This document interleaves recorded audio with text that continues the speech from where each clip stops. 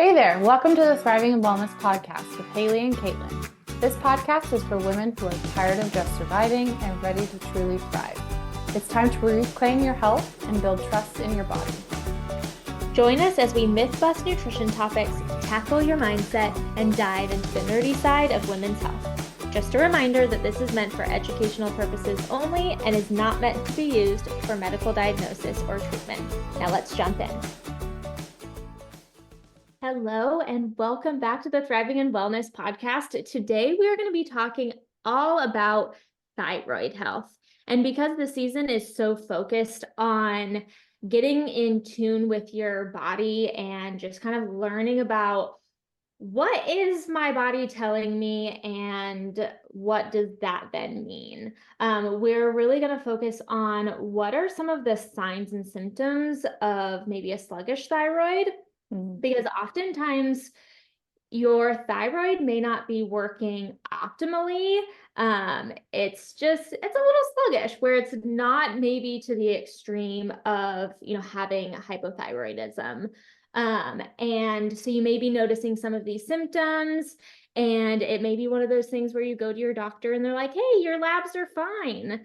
And you still feel like something is off. And so then understanding what symptoms are related to sluggish thyroid can help you then know what you need to do to help get yourself feeling better. So, Haley, what are some of the biggest symptoms that you hear from your patients or make you think, oh, we need to look into your thyroid some more?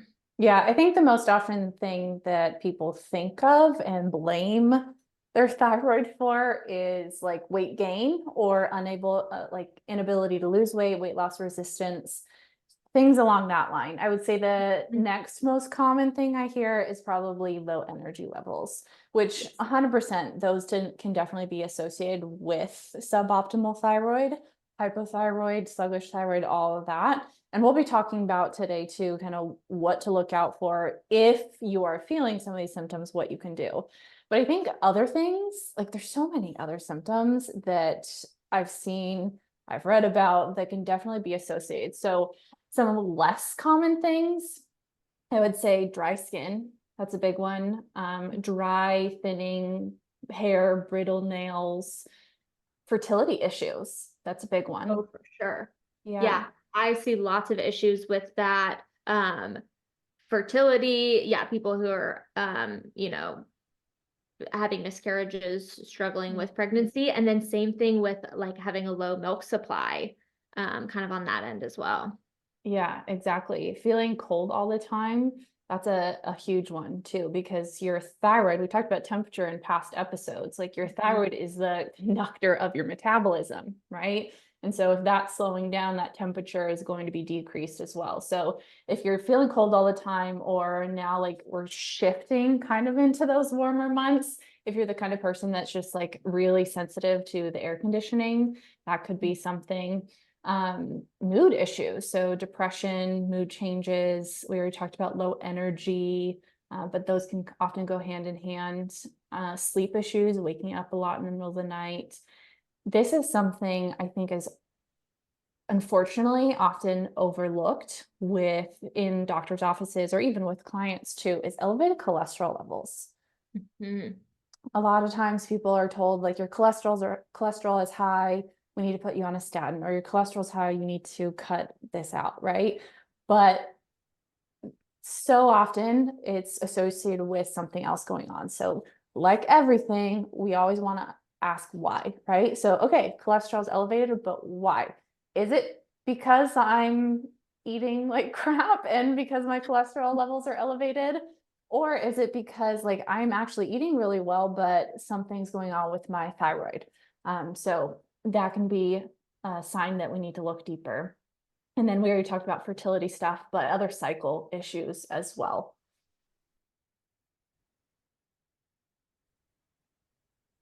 The cholesterol piece is one that I feel like comes up for me a lot because, or at least with my patients, because they're like, I feel like I'm eating so well and I don't know how to like eat any healthier than I already am. Like I'm not eating processed foods. I've cut out all of this stuff. Like what else do you expect of me? And they feel really frustrated, like they're doing something wrong. Yeah. And I'm like, it's not just, like the cholesterol that you're eating. They're like, do I need to go vegan to Oh, we can no.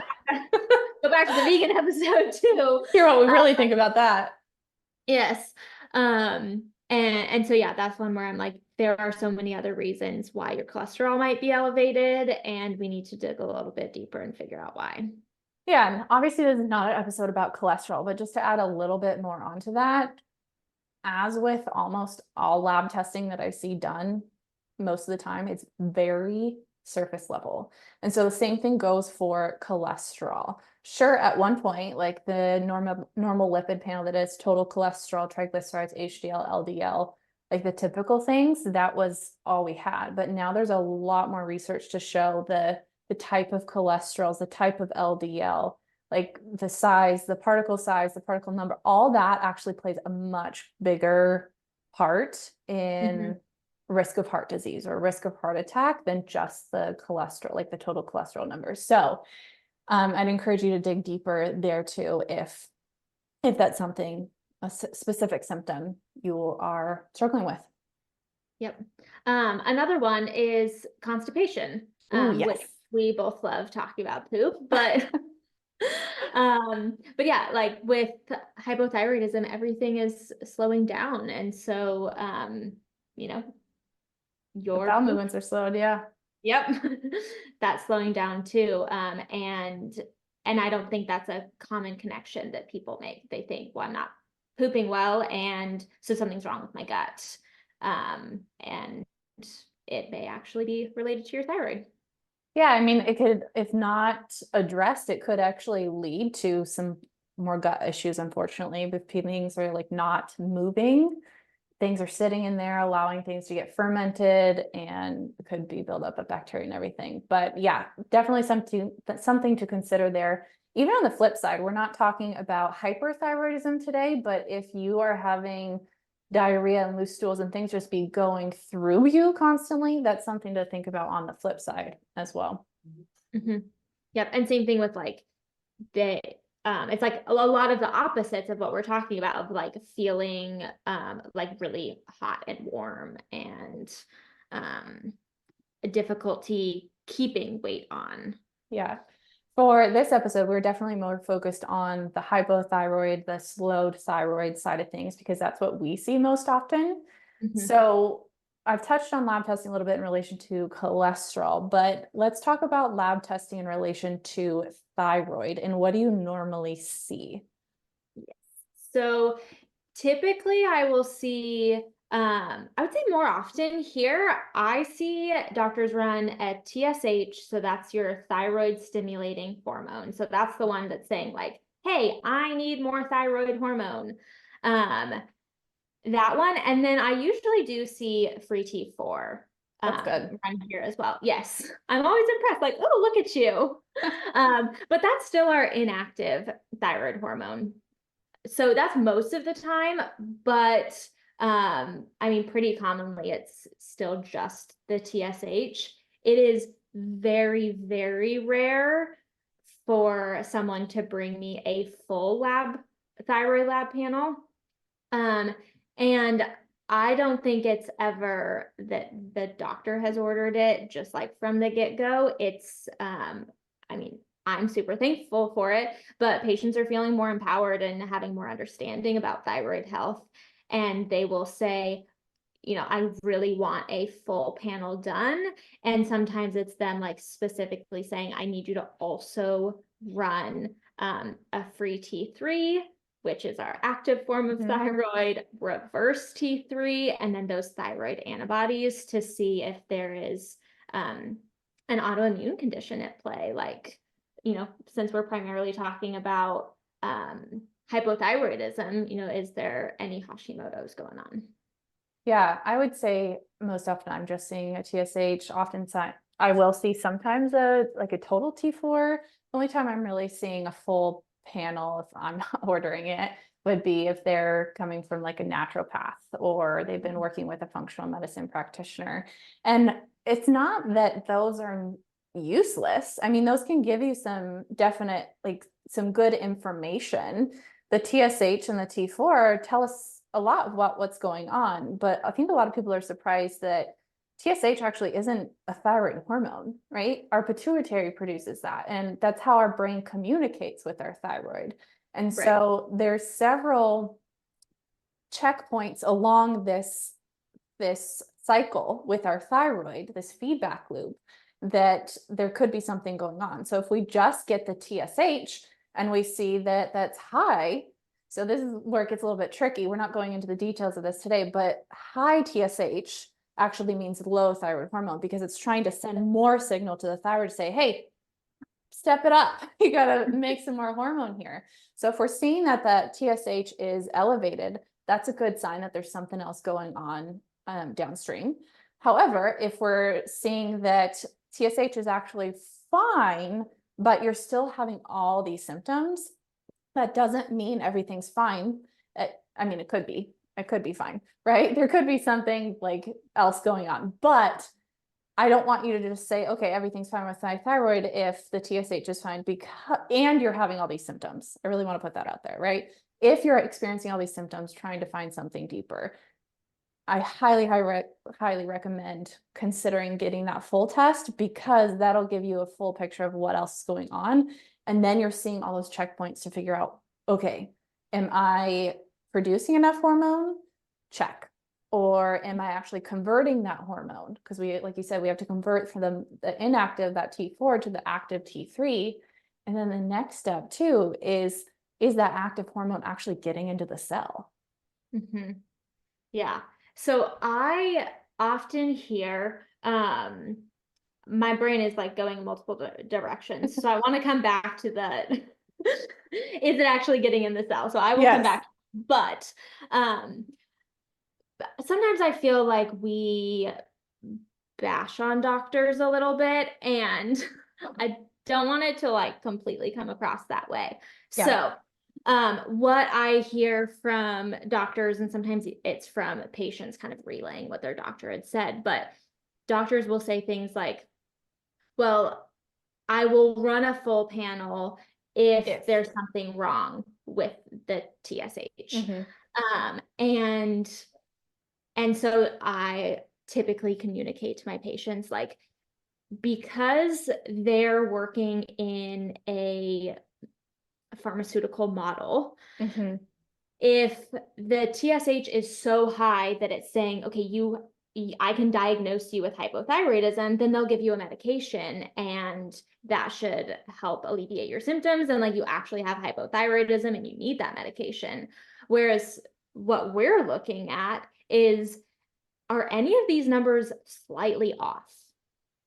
And are things not in an optimal range? So even if you don't have true clinical hypothyroidism, like you said, if things aren't converting very well from, T4 to T3, then how can we, with nutrition and lifestyle changes, help support the conversions, because it's going to need specific nutrients and maybe you're lacking in those.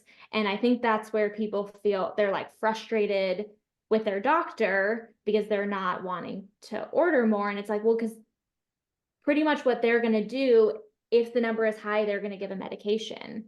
Mm-hmm. And we're able to look at all of the specific numbers and then figure out the best targeted approach based off of every single individual number. Yeah, I think that's a really good differentiation too, is that doctors, nothing wrong with what the doctors are doing and how they're practicing. This is what they're taught, and they are working to diagnose. That's their job. They diagnose and treat, right? That could be a whole nother conversation about the medical system, but we've already talked about that a bit. But the way a dietitian usually is looking at it is, okay, where can we address things? Where are things suboptimal, right? And I think so often what we think about too is often what I see, and I don't know if this is the case for every doctor, is they're just looking at the labs and the number. And if that looks fine, they're checking off their box and saying there's no disease state, right? So we can move on. Oh my, However, keep going. sorry, I'll let you talk. Yeah. However, that doesn't mean you are feeling okay, right? That Mhm. doesn't mean you don't have these symptoms. So just because something checks off a box, the number, we can't ignore all these other signs that your body is giving you that something is going on and we need to address it. Yes. I have to share this story Yeah. where I have a patient and he's having all of these symptoms, and his thyroid went from the very bottom of the range to the very top of the range in a pretty short period of time. And he was like, I'm really, really concerned about this. And the doctor was like, everything's fine because it's still within the range. And they actually ended up going to a different doctor and was like, it went from this number to this number. And they're like, yes, that's concerning. And I was like, Thank good you. on you Yeah. for going and like asking for a second opinion, because he's having such significant symptoms, but he's still checking the box. Yeah. But I don't want to get too much of a tangent, but thyroid stuff can impact blood sugar too. I will throw that out there because we didn't really talk about that. Yes. But I see that so often with like A1C and blood sugar concerns. It's like, oh, your blood sugar, your A1C is 5.6. You're totally fine. Whereas the diagnosis for prediabetes is 5.7. It's like, clearly you're headed down that path. Clearly there's a level of insulin resistance. We're not going to address that. We're going to wait until we have full-blown diabetes to do anything about it. Same thing goes for thyroid. We're going to wait till there's an autoimmune component. We're going to wait until we need medication and there's thyroid damage. Why can't we be proactive about this? Yes. Oh That's my my goodness. soapbox for the day. Okay, so circling back, um, you were talking about thyroid actually getting into the cell. Do you want to talk a little bit more about that?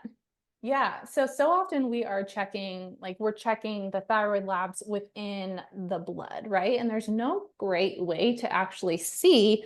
So sure, we have the thyroid hormone readily available. We're producing enough, we're converting it, all of that. But in order for the thyroid hormone to actually do its job, it needs to get into the cell. And we don't necessarily have a lab marker to tell us, like, yes, it's getting into the cell. So that's where we rely more on the symptoms and some signs from the other labs that we can do. But some things that can contribute to that cellular hypothyroidism. Basically, you have that thyroid, but the cells are still struggling. They're still hypothyroid because they don't have the hormone to use. Could be something we actually use the HTMA for to help us understand. But the biggest thing I see is too much calcium and or not enough potassium. Mhm. So this is Yeah. our minerals are huge. Yeah. And it's why the HTMA is such an incredible test, because people ask me a lot, like, well, my potassium's fine, like on like my Ooh, blood work. And yeah. I'm like, well, yes, because if that's off, like something is really, really not okay. Our Mhm. body wants to keep that level at a good spot. So like it's going to do whatever it needs to do, but that doesn't necessarily mean that you have what you need to have your thyroid working optimally. Like those are two very different things. Yeah, and maybe that's a whole another episode where we dive into what does the HTMA actually look at. But basically, it's intracellular versus extracellular mineral levels, right? And so, as you were saying, like our body really tightly regulates those blood levels. And so it will pull from the tissues. And if we don't have enough resources to keep our potassium levels adequate in the cells, in the tissues, the blood will probably still show that it's fine. However, your body doesn't have the resources to work optimally and bring that thyroid hormone in. And this is where like blood sugar plays a part in that too. And stress, all those can impact at the thyroid hormone at the cellular level. Mhm. All right. Why why is thyroid health so important? Why is it so important? I think we kind of answered that so far with like obviously it plays a part in a lot of body systems if there's so many symptoms that could be related to it, right? But as I mentioned earlier, I like to think of it as like the conductor of the metabolism, right? Mhm. It really runs the show when it comes to energy production, which then leads into how we're feeling. How is our body actually absorbing nutrients? So all these systems in the body.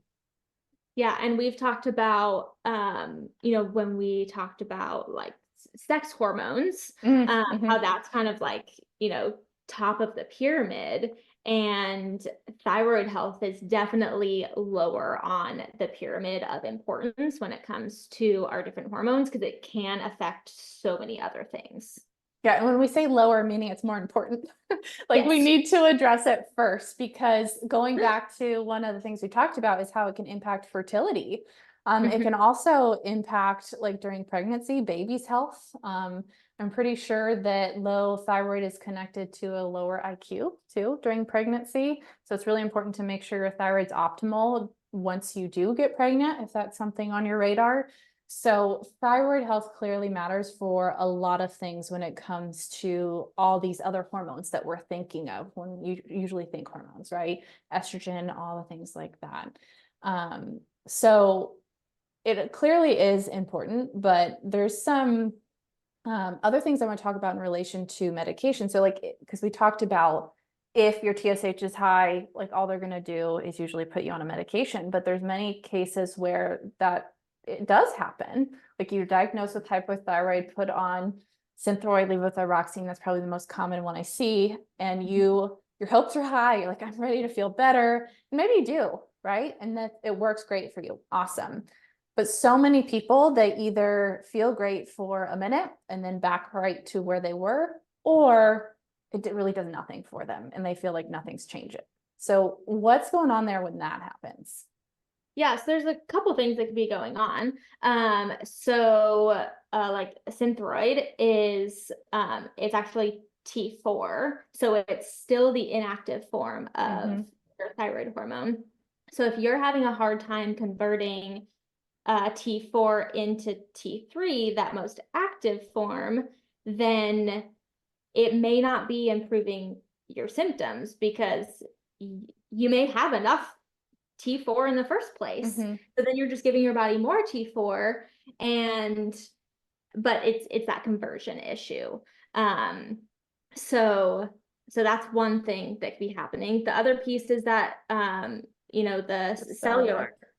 Yep. Yeah. Where Yeah. Do you want to Yeah, I was talk? gonna just like tie it back to what we were talking about with the labs too. This is why it's so important to understand where along this cycle is the issue, right? Because if we see that the TSH is high and then we're adding in all this medication, but again, you were actually producing a decent amount of T4, but the issue was in the conversion, then maybe we need to support that. We need to support the liver and gut, because that's where a lot of that conversion happens, right?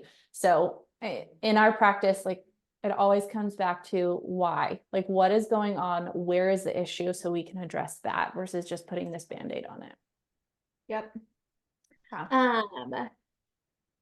Do you want to talk a little bit about fluoride and how that can kind of relate to your thyroid health? I'm scared too. I'm just kidding.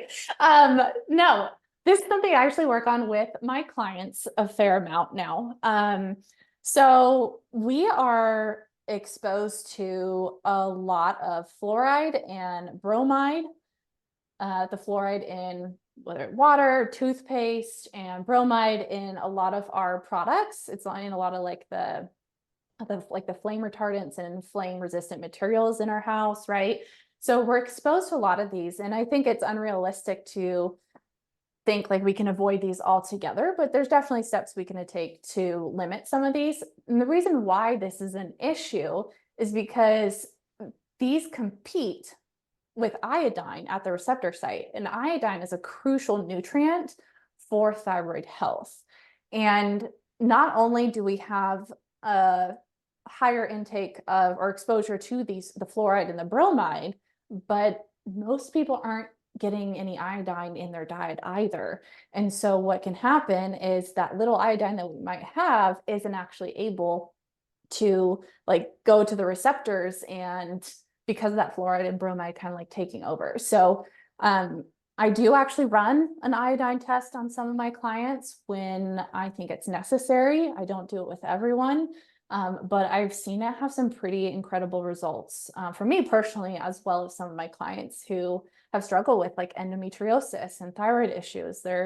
Their cycles are improving and they were actually able to get pregnant, one of my clients. So I was really excited about that. But yeah, that again is a whole nother thing. There's some great resources on that we can put in the show notes. Some really interesting information, definitely a controversial topic, but I think it's important to consider iodine. That's definitely not something we want to just like go out and take an iodine supplement. There's a whole protocol that we need to follow to really prepare your body to introduce that. However, if you could maybe start to incorporate some iodine-rich foods like fish, seaweed, things like that, I think that could be a good place to start. Yeah. And it's interesting because I do feel like fluoride is a controversial topic, but the more that I get in touch with other like holistic dentists, they're also kind of anti-fluoride. And I'm like, interesting. It's a little interesting here. Yeah. So I feel like it's less controversial in the holistic space. Yeah, I think one last thing we want to talk about too is something I unfortunately hear a lot with really a lot of conditions, but with thyroid specifically, is someone, whether they have been diagnosed with hypothyroid or Hashimoto's, or they're complaining of some of these symptoms and the labs are slightly off. Unfortunately, they're told like, there's nothing you can do. There's no nutrient, like diet isn't going to do anything for you. That is so not true. Like we've seen firsthand how impactful your diet and lifestyle can be with improving these symptoms and these actual numbers, these lab values. Yeah, absolutely. I hear the same thing of like, oh no, there's something wrong with my thyroid. I'm going to have to go on medication. And it's like, sometimes you do truly need medication, and that's okay. Yes, like we're not against that whatsoever. But yes, there is definitely that like middle ground too, where I feel like so many people fall of like, they're not diagnosed with hypothyroidism, but they have all of these symptoms. And there is so much hope for you because there's so much that we can do with diet and lifestyle to get you feeling better. Exactly. And so I hope you feel empowered by that. It's definitely not this all or nothing where either you have to go on medication, there's nothing else you can do, or like you skip medication and just focus on that. Sometimes even it's temporary, like I need medication right now while I work on these other things. But just know that no matter what, whether you're on medication or not, diet and lifestyle can play a huge part and really help, right? Even if you are taking medication, making sure it's actually more effective and helping you feel your best. So I think this is a good time to wrap up. If you have any questions for us, this is obviously a complex topic. Anything related to hormones can be. So this is something I find really interesting because of my personal experience and everything. It can be really eye-opening for a lot of people. But if you have any questions, feel free to reach out to us on Instagram, Dietitian Haley, Dietitian Caitlin. You can see the links in our show notes, and we'd be happy to talk through it with you. And I know this is something you and I both love to work on with our clients in testing. So if you're looking to get a little bit more testing, whether it be the H2MA, blood test, whatever, again, reach out to us and we could talk through to see what the best next steps would be for you and if we can support you. All right, we'll see you next week.